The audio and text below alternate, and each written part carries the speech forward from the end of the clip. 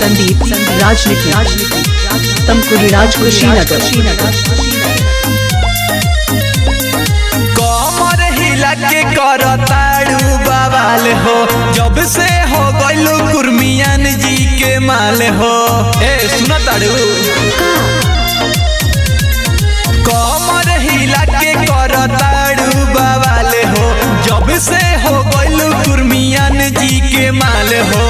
राउटी में आउटी के छैलस बदरिया हो, छैलस बदरिया।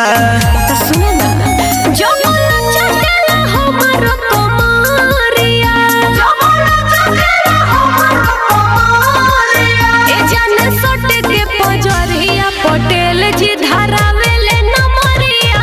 ए जाने सट के पजरिया, पटेल जी धरावेले नमरिया।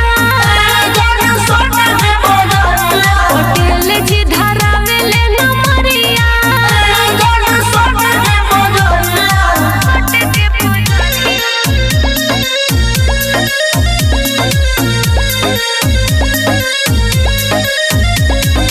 डीजे संदीप राजनीति तमकुरी राज कुशीनगर। तोहर तो जोड़ा नइखे गोरी हो नाच के, लागे कि तूर देबू चौकी हूँ माची के। सभे देखेला कमर कमानी के, दोसो हमर नबाई जवानी के। देखी के दर्द उठे भितरिया हो, उठे भितरिया।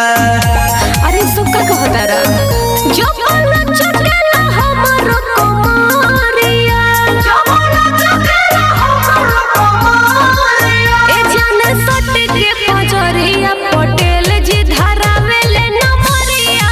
ए जाने सट के पजरिया, पटेल जी धरावेले नमरिया। ए जाने सट के पजरिया, पटेल जी धरावेले नमरिया। ए जाने सट के पजरिया।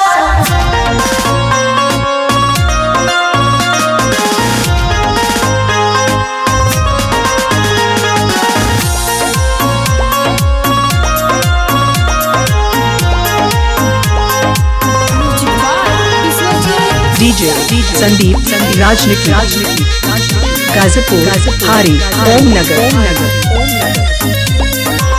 ले ताड़ू मजा यो बिका हम बोली, तोहरे पफीदा भइल बा कुरुमी टोली।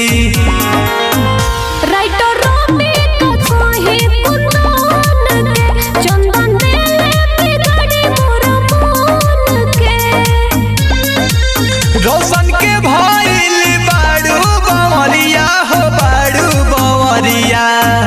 एहो जो मोला चकेला हमरो कमरिया, जो मोला चकेला हमरो कमरिया। ए जाने सट के पजरिया, पटेल जी धरावेले नमरिया। ए जाने सट के पजरिया, पटेल जी धरावेले नमरिया। ए जाने सट के पजरिया। Mobile number 95 010 51 335।